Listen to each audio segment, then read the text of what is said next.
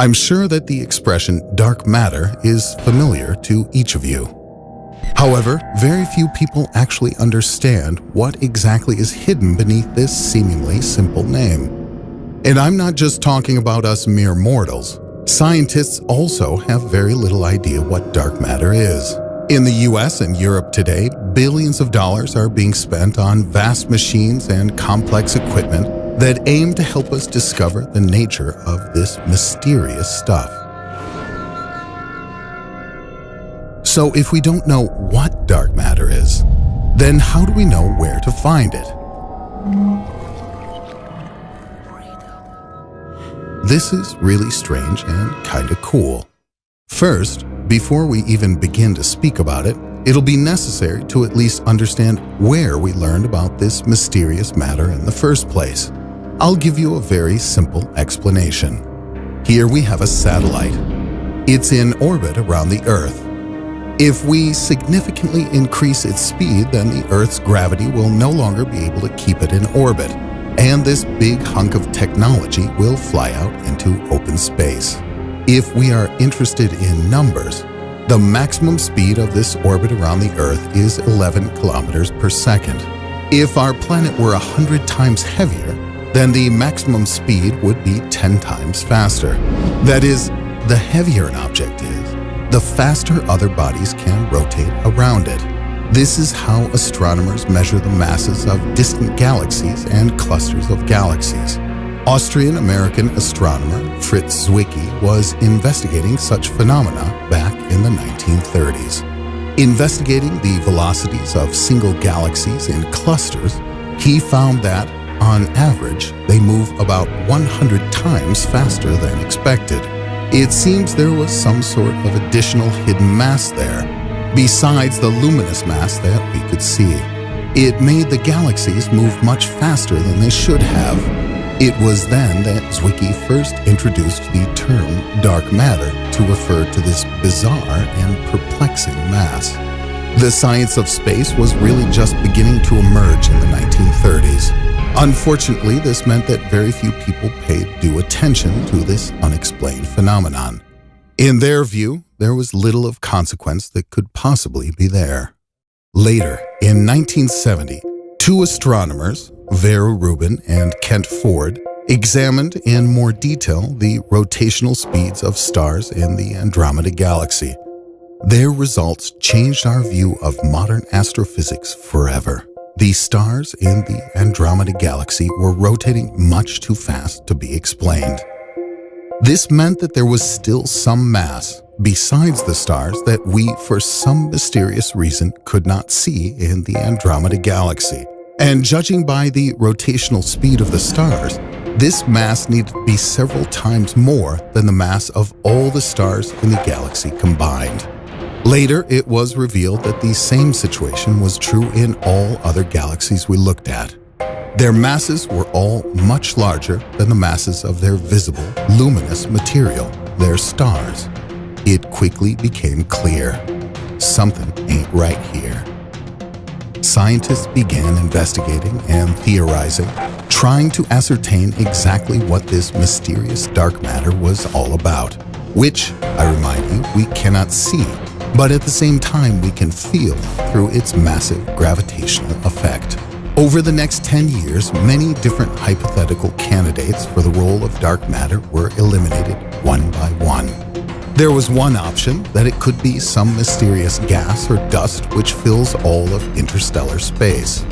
But the fact is that these substances, being normal matter, always emit radiation. And, whatever one may say, if there were so much gas or dust in the galaxy, we would see it, as in this photo showing emissions from dust. Additionally, gas and dust are created within galaxies. And as observations and calculations revealed, this mysterious dark matter must stretch many thousands of light years beyond a galaxy's visual boundaries, forming a kind of halo around the galaxy. There was the possibility that this mysterious dark matter could just be very cold corpses of billions or trillions of dead stars, and that they are so small and weak that we simply cannot see them.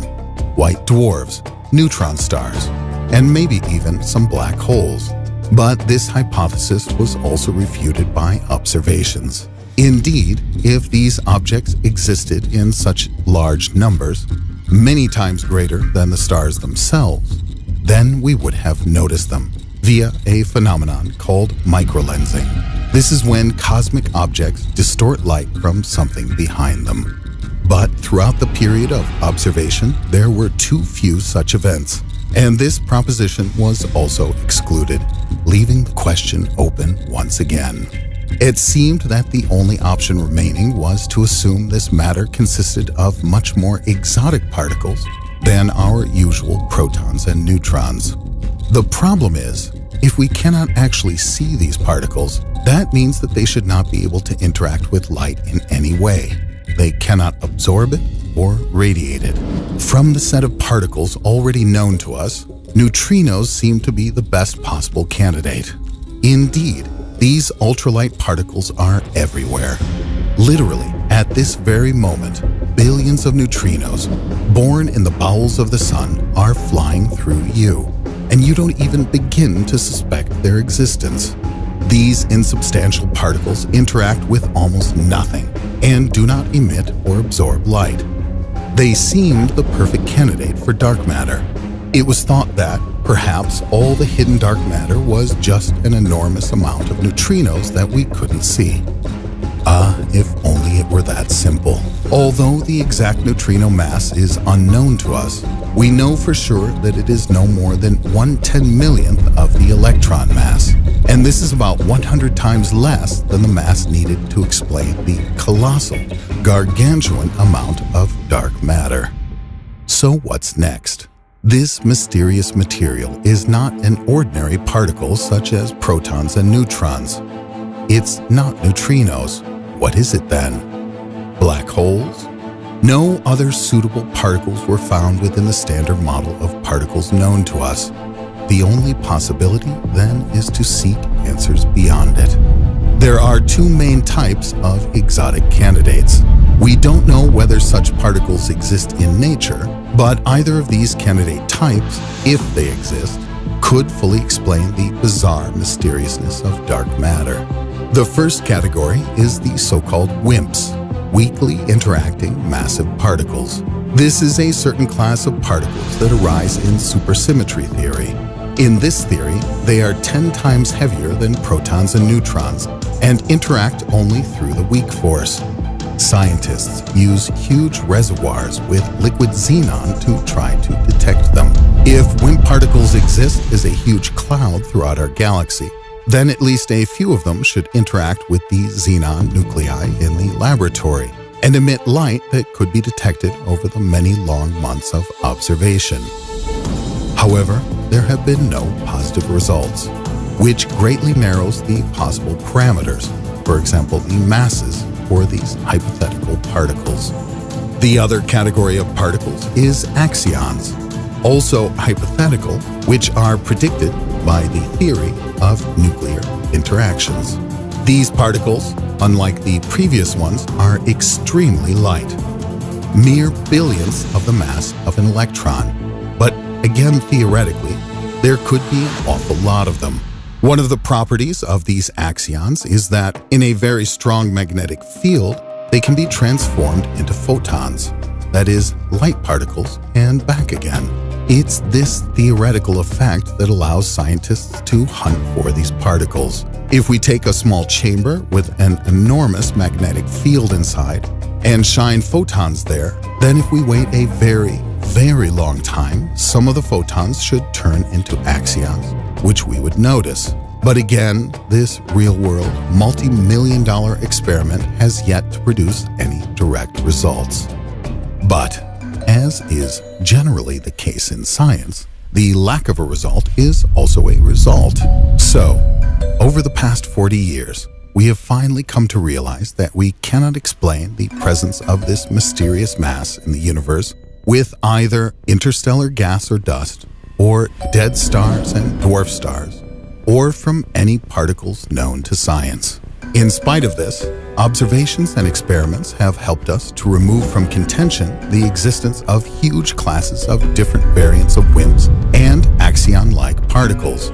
considerably narrowing the range of our search in just the last few years. If future experiments do not yield any positive results, then physics will once again, in its long history, be faced with a colossal problem. Because it turns out that for all the complexity and variety of known particle physics, we still don't know what constitutes 85% of the matter of our universe.